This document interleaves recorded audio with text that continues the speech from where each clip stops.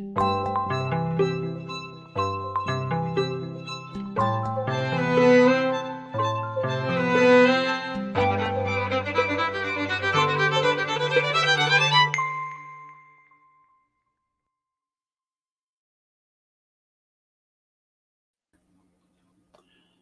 morning, everybody. Hey, gang. This is It's October 25th.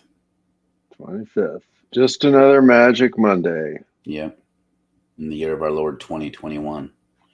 And this is, what episode are we up to? 242. 242. Well, I think we're gonna come pretty close to hitting 250 here before we take our little holiday break. Hiatus. Holiday hiatus. Dominus hiatus. Ex Nabisco. Shred 'em, weed 'em. Pumpkin spice 'em. Hey, speaking of that, I mean, this isn't a theme, but we both saw Dune. We both saw Dune. Yes. How many awesome. stars would you give it out of 5? I'd give it 5. I mean, that's surprising because you did not like Arrival, which is also a Denis Villeneuve film. I know, but Arrival just had no plot. So that was the problem with Arrival. I mean, the look of it and everything was kind of cool, but Arrival was just dumb. This was we'll have to agree to disagree. To disagree. Yes. I like this Dune, but it wasn't. I mean, it's clearly better than the David Lynch Dune, but David Lynch Dune's, you could say, is fun in some ways. So I would have liked a little bit of like Gurney and Paul like farting on each other, some kind of way of lightening the mood, because it was a very serious film. But yeah, I enjoyed it. Yeah. Good. So Michelle agrees with you. Arrival sucked. Yes, Michelle. Woohoo! I actually really liked it. It's probably one of the I know you really liked it a lot. But you also hated First Reformed, and I loved that movie. So there's clearly a gap in our. We're not the same person, everyone. We're not the same. Which thank God, right? CK says, "Fuck yeah, bad for both of us." Spice must flow. Yes. And then Ellen asks, top question: spoilers or no spoilers? Okay, so we should introduce ourselves on the topic. Ellen's trying to move us along here. And then answer the question, yeah. So yes. I'm Ash Van Steenwyck. I direct the Center for Prophetic Imagination. And I'm Daniel Walford. I direct Micah, the Minnesota Institute of Contemplation and Healing. And so this week we are sort of riffing off of this new show, Squid Games. And we're not going to be breaking plot-wise. It's just more of a springboard because people are talking about it. Yeah. So no, we're not going to do spoilers to the best of our ability. But if even hearing about anything about it feels like a spoiler, then I guess we might be. But no, we're not going to share any of the juicy little details, and it's very juicy in many different ways. Juicy in the fluid sense. Yes. Just for we really are just springboarding off of it, because I've only seen the first episode. Dan is like, I think up to episode 5, so this isn't an analysis. Of course, like the way it treats the themes that we're talking about, kind of the hustle of capitalism and the way we exploit each other, and it's normalized. That is pretty apparent early on, and we're going to talk about that, not talk about a play-by-play of how the plot develops. Because to me, the show is, from my understanding of the show, it's not like doing that sort of level of analysis would really shed so much extra light on the topic at hand. Yeah. So I mean, the show is super intense. It's really intense. If you're not into violence, you definitely should not watch the show. And if you're too into violence, you probably shouldn't watch the show. If you're too into violence, that's a whole other issue. But to me, the show is really actually an incredible critique on capitalism. And I guess I'm not as much of an anime fan, or I mean, I'm a fan of it, but I don't know it as well as you do. Apparently, there's many ways that it's similar to some anime plots. Mm-hmm. It feels very like there's a number of anime that almost have the same premise. People in some sort of bad situation entering into some sort of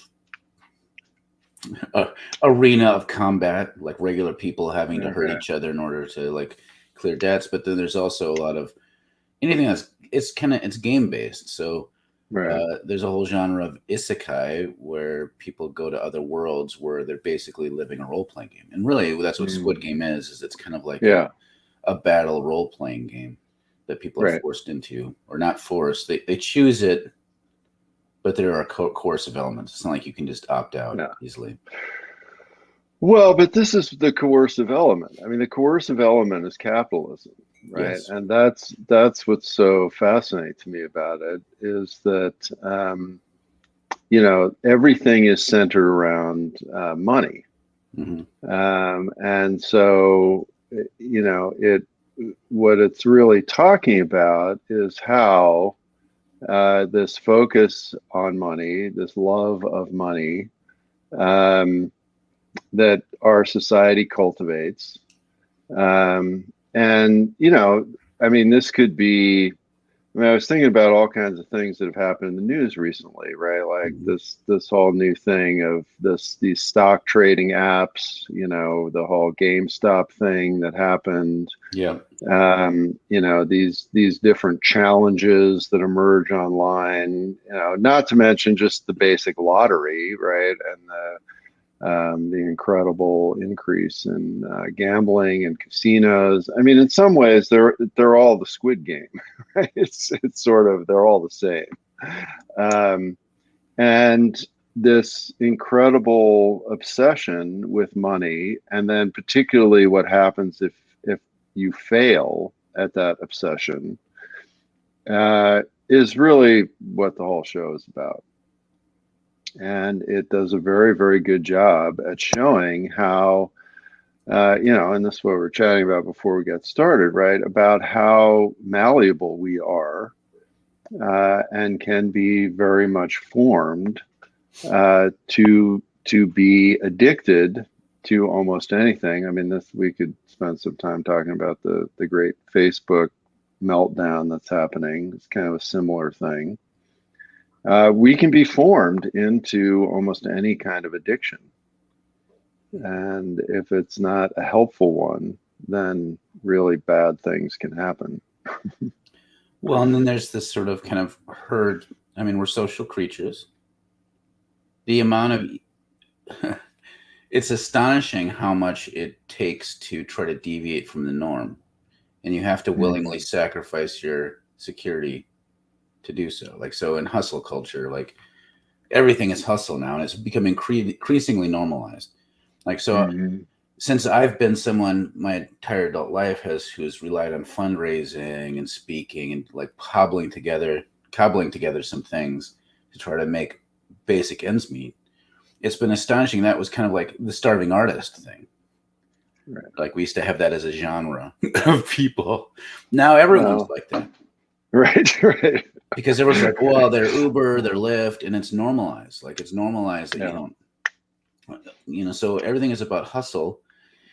And so it incentivizes a certain kind of cutthroat, like prioritization. It's like, remember, this also used to be a thing that I think was more prevalent, but maybe it still exists, when a longtime friend would be like, oh, I haven't talked to you for a while, Dan, let's grab some coffee. And you're like, oh, great, I haven't seen you in a decade. And then you go there and they're dressed in a suit and tie and they have a portfolio where they're like, what are two things that everybody wants? Time and money. Am I right? What if I could tell you of a way that you could have more time and more money through an organization called Amway? Right? So there's this sort of like, everything is like this hustle where you have to objectify others as means towards your own success.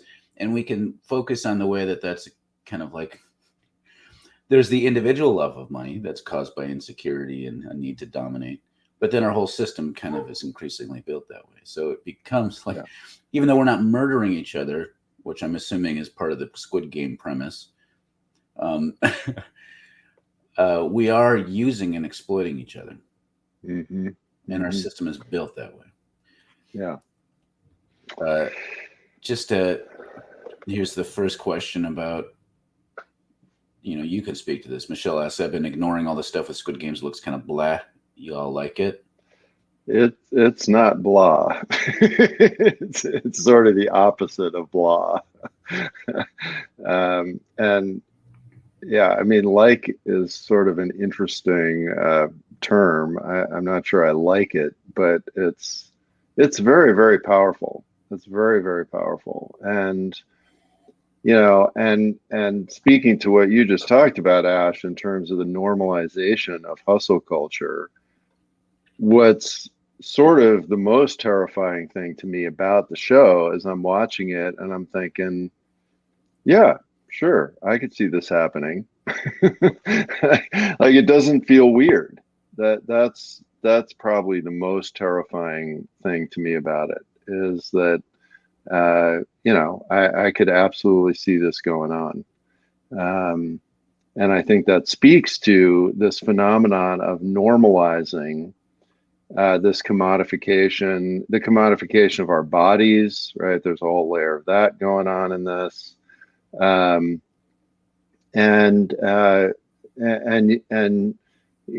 as people become more and more attuned to the idea that, right, just hustling for lots of money, and how can I hustle for lots of money, and that's what life is all about. That something like this could easily happen. And another thing we could tag up on this, I just saw something on Facebook, a whole discussion about this guy. Oh, now I'm going to blank on his name, of course. This black guy, he's a YouTube sort of sensation teacher, and he's talking about how to be a successful, mostly black man, right? And it's all about commodification, right? And it's basically like how to win at capitalism. And it very much reminds me of all these things that we're seeing, these various teachers who are basically going like, yeah, look, the hustle, this is all kind of, oh yeah, thanks, Gregory. Yeah, Kevin Samuel. And it's like, this is what we've got to do to win the game. And it's very rare that there's ever any question of, okay, is this game good? And is this game any different than any other game that's being played? Right. Well, the thing, Gus is back. Well, the thing, yeah, some comments are coming in, and the thing is it's interesting. It's not hustle culture and art. It's not just about making a lot of money. It's about making enough so you don't have to be afraid all the time. And so this is where, like, the premise of Squid Game, as I understand it, watching all of one episode, is these are people, some of them are just greedy bastards, but a lot of them are like, they just dug themselves into a hole. So they got into debt. And most people get into debt, maybe a lot of it's poor choices, but a lot of it is we're told that everything, like, success happens in this society because you have a good idea. And that the heroic thing to do is leverage everything you have, including your own health and sanity, to capitalize on that idea, because we live in a meritocracy. And so the reason that Amazon.com exists instead of whitetoast.com, I don't know, some other like bookstore that maybe started in the 90s isn't big, is because of the brilliance of Jeff Bezos, not because of the $300,000 loan from his parents, plus much more from friends, plus other kinds of connections he had, right? And so it's really about the idea. So we're told, it's like, what? Henry Ford failed 6 times and he succeeded on the 7th time. Created the Model T and it changed the world. Like, so we get this sort of thing. That's what British people say about Henry Ford. That was more like my 1920s East Coast accent approach. That's what I was going for there. I thought it was pretty good there. See, like that kind of a thing. So that was a totally different accent that time. Shut up! I don't want you complicating this with the truth. So we're just told, like, and so then we kind of fuck things up, and it's not even our fault that things fuck up. It's not. We're told it's all our own. So then people end up in debt. They end up in bad situations because they're trying their best, and then enter the Squid Game as this thing like, what if I could clear your debt and you could make a lot of money? Just have to play a little game, and then before you know it, you're murdering your friends. Like that's kind of the. Now that's an extreme example, but we do a small versions of that all the time. Like I mentioned, like the idea of like, hey Chaz, I only slept 3 hours last night, and I got 12 hours of straight driving to do tonight. Like that kind of, I don't know. That's just apparently how truck drivers talk. That was my truck driver accent. I don't even know. I need to stop with any accents whatsoever. Ash's accents. The only accent I can do is Sean Connery, and I should just always stick with Ash mode and Sean Connery mode. But anyways, self-sacrifice, exploiting our relationships, being proud of our own suffering, having our mental health become unstable in order to like provide for our families and ourselves. This is the real life Squid Game. So comments. All right, a lot of comments. Michelle writes, hustle culture is so toxic and sad. I hate capitalism. For damn sure. Yep. Gregory writes, commodification of reality is inextricably linked to ossification of our spirit. Oh, nice. Yeah. I mean, that's absolutely true. And that's the thing is that I think this show is so great at showing is, and there have been a lot of famous experiments about this, social science experiment. I mean, it happens so quickly.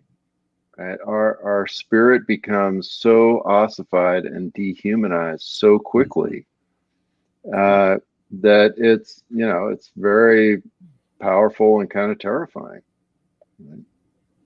Yeah, and it's because we are social creatures. We're malleable. This is the downside: is we in a toxic system will act in toxic ways, and it's miraculous. Almost in the full sense of that term, for someone to deviate from the script. No. Now, the plus side of that is we're malleable. And if those of us who have capacity and some vision enough to create counter systems to normalize, I mean, this is the downside is when cults do this in a toxic way. But, the fact that cults can take a group of, 100 people and get them all to operate under an entirely different script shows us that it's possible to live differently. Now, we just don't want to do it in a kind of shitty cult authoritarian way. Susan writes, oh man, Mark, yes, transactional versus relational economy. And then Susan does say, yeah, Ash, I realize that I messed up referring to you as Mark. Yeah. But yeah, the idea of transactional versus relational economy, it's really astonishingly hard to have good relationships in our society. Yeah. And that's not because we can say it's because, you're socially awkward or you lack social skills or you need to go where the people, you can say all this stuff, but our system is built for transaction. No, I mean, we're trained this way. I told the story last week about the first and third graders who were already trained in capitalism, and they already knew how it worked. And they knew how to ask their aunt for money when she did drawing projects with them. And so, I mean, this is, I mean, when, and those of us that have been involved in intentional community work for a long time and have watched sort of failure after failure after failure, oftentimes, you want to blame yourself, you want to blame other people that you're with, you sort of turn on each other, eat each other like rats on a sinking ship.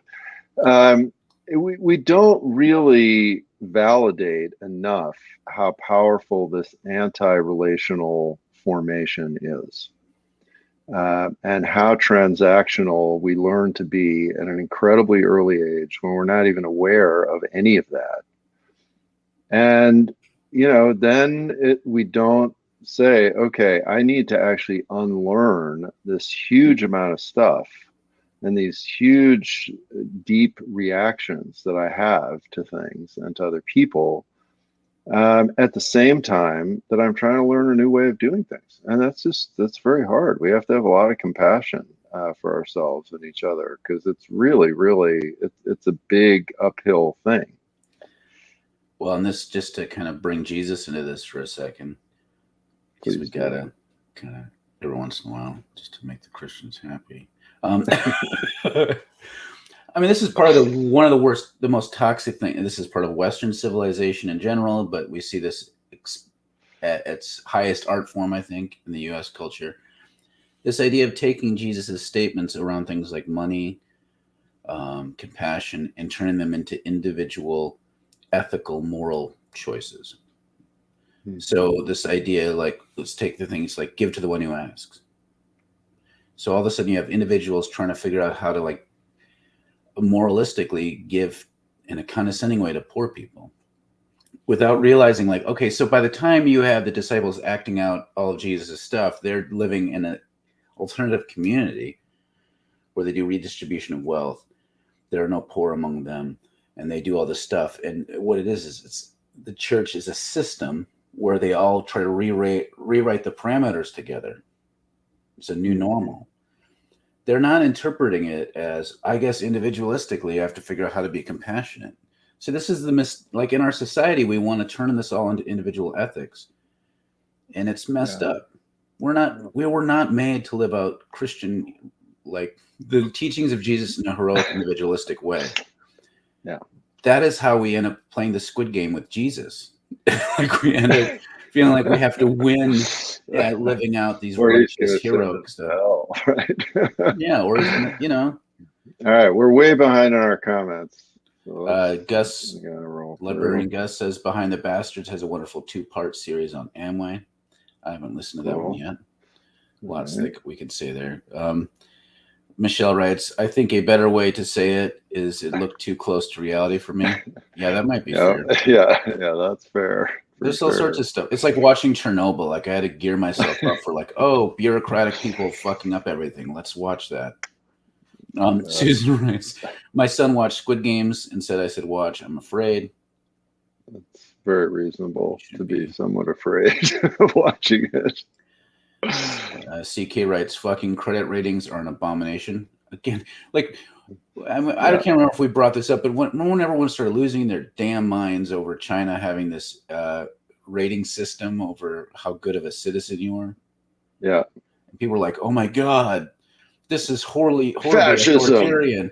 I'm like, well, we have credit scores. These private companies do credit scores. It's not like a national systematized thing, and it determines, credit scores can determine if you get a job, it can determine if you get an apartment, if you can get a loan. Well, and it's amazing how it's now exploding, right? So you can pull it up on your app. It used to be this, like, weird, arcane, secretive thing that barely anybody paid attention to, right? Now you can pull it up on your app.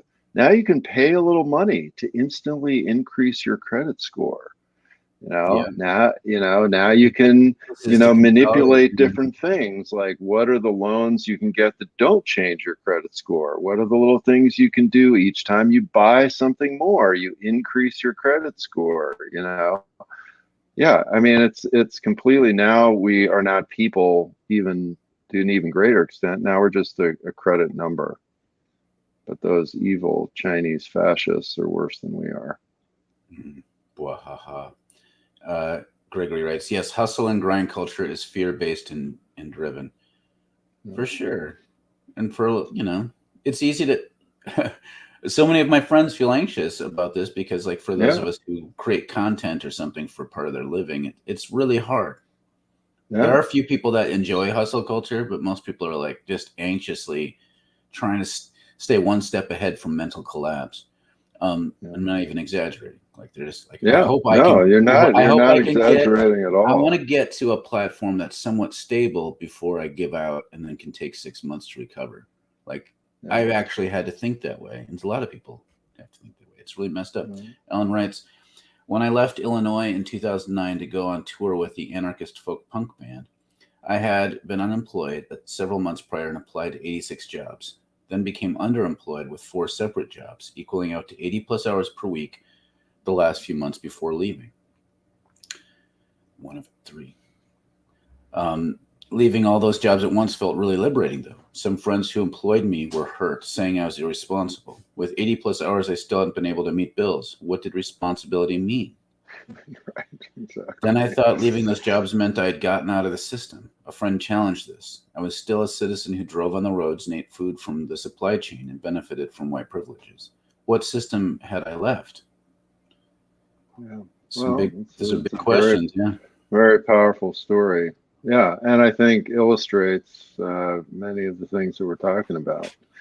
And again, you're inside of the system, and you're making these choices and decisions because that's what we have to do, right? And that's and that gets us to your point about this individuality thing. I mean, one individual cannot shift this, and if you're not in some sort of community that's creating an alternative reality, you're just bouncing around, sort of trying the best you can, as you say, to stay one step ahead from mental collapse. And then the system often will tell you, oh, no, it's your fault, you're a failure, which is one of the mechanisms that keeps you embedded. Susan writes, so when my kids were younger, we used to look for cooperative board games instead of competitive games. My partner's son loves games. Pandemic is an ironic cooperative game that we have played before COVID-19. Yeah, I've played Pandemic before. It matters how kids see the world through their parents and play. I mean, even just, this is an oft-used example, but it just shows you, like, Monopoly was created, I think, by a woman who wanted to have an anti-capitalist game, and it's turned into a capitalist game. So even just being able to try to like, our system kind of commoditizes everything. And so even trying to find ways of engaging these different can be hard because quickly they shift. Yeah. So anyways, CK writes, funny how hustle culture is a cool thing, but poor people have been hustling to put food on the table and are looked at like social detritus and wrong for trying to survive. Social detritus. That's nice. And that's all sorts of, Dan and I have talked about this. People living out of vans so they can live the free life, living in tiny homes. People have been living out of like trailer homes and mobile homes for a long time. And they were called poor. Now, like, there's this spinning thing. And now there's this trend, like, and it's been going for a while, but pod living, where you learn, like, it's basically you have a bunk bed kind of thing in a kind of a warehouse for people. I mean, Sorry to Bother You made a whole satirical thing about that in that film. And so, like, and so then it gets trendified. Mm-hmm. So, so there's this sort of way of making the hustle cool or struggling cool. It's very bizarre. Ellen writes, probably the best thing I picked up from the fundamental evangelical background was a cautious approach to taking on debt. Yeah, same. Mm-hmm. I still picked some up, but the funny shame can go rot. But how much would I have without that background? There's some silver linings. There's still some about those backgrounds. James writes, speaking of capitalism, Facebook reminds me that I can spend 200 stars to pin my comments on your video. This costs money, and if I spend more, my words are more visible and valuable. Jesus. I didn't know that. There you go. You should spend it, though, because you want to be... Wouldn't you like to have a badge for commenting? Harry, don't you want to be a star? Harry writes, could someone post the comments about the commodification of person and concretization of spirit? I didn't get that, but it struck home. Okay, so that was earlier from, what's that, Gregory who wrote that? The ossification? Yeah, the ossification of Oh, spirit. here we go. Yeah. So I think this was the quote you wanted, Harry. Gregory writes, commodification of reality is inextricably linked to the ossification of our spirit. Let's look at that for a moment. Yeah. Where are these? Well, I'm having to fish through the we haven't had so many comments for a while. That's great. I know, it's awesome. Ellen writes, at the same time, Dan, artists in the situation we're in being compensated for drawing is weirder than raking leaves. But why? I mean, this is that. Yeah. What gets commodified and why is fascinating too. Yeah, absolutely. Yeah, and and what a culture values and what it doesn't value, and what it decides to quote pay for, and then how much it's going to pay. And in many ways, this is a lot of the conversation that's going on right now around this whole issue of jobs, as we're in what many people think is the post-pandemic, is what we're just in the ignoring pandemic stage of the pandemic. Mm-hmm. Yeah, and what jobs are people willing to take and not take, and Amazon boasts that it pays $18 an hour, but then you get all these reports from people who actually work at Amazon, and it's like you're being paid $18 an hour, and it's kind of like the Squid Games, like to be worked to death. And is that really a living wage? Well, not necessarily. We're past time, so we're going to actually be talking about this all week. Yeah, we have plenty more to say about this, and I know that there'll be more comments coming too. Gregory writes, have to move from transactional to transformative and regenerative. I mean, there's a lot to unpack there, so hopefully we can get to some of that. Yeah. We've been already alluding to it, but this idea of even in our social justice spaces, the way it's performative rather than transformative, like is all parts into this mechanistic way of playing a system rather than becoming deeper and more human. Mm-hmm. Susan writes, is that what those stars are about? I've been ignoring that. I think, yeah, you can give stars. I think it actually does help us vaguely. If you give stars, certain stars stack up to money or something.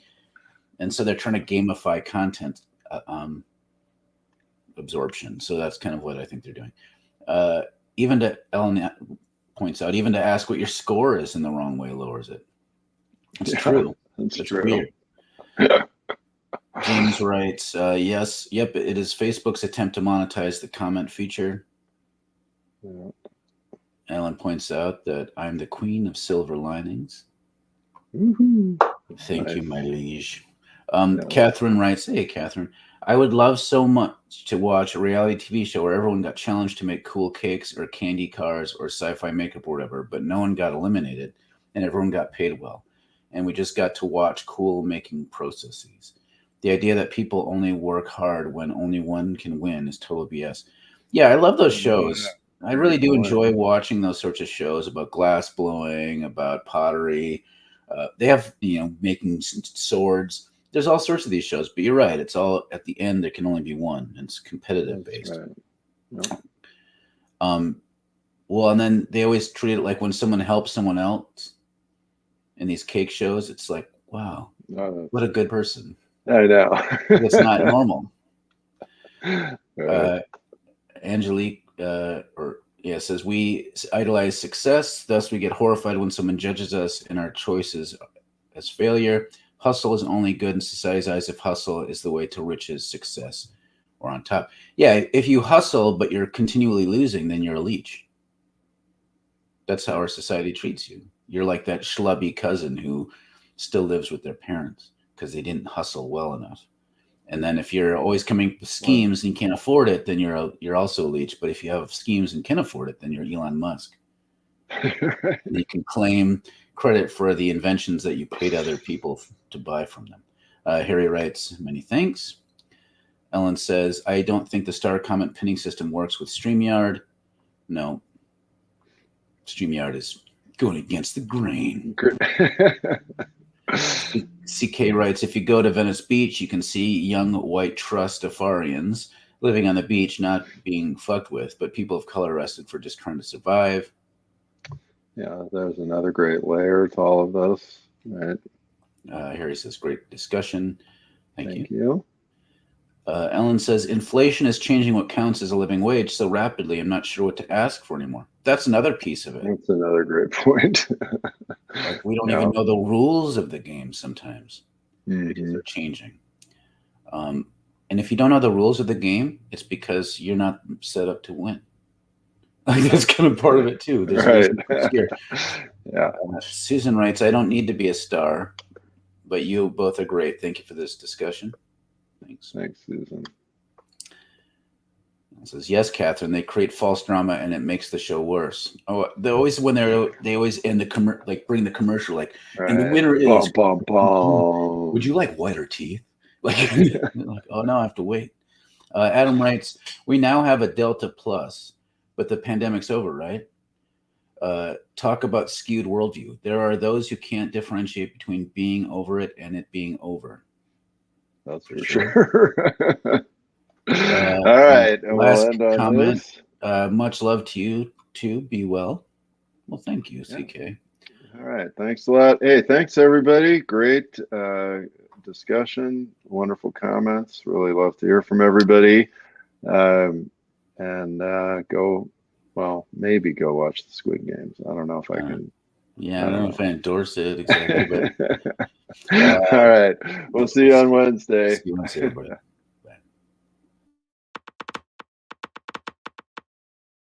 Bye.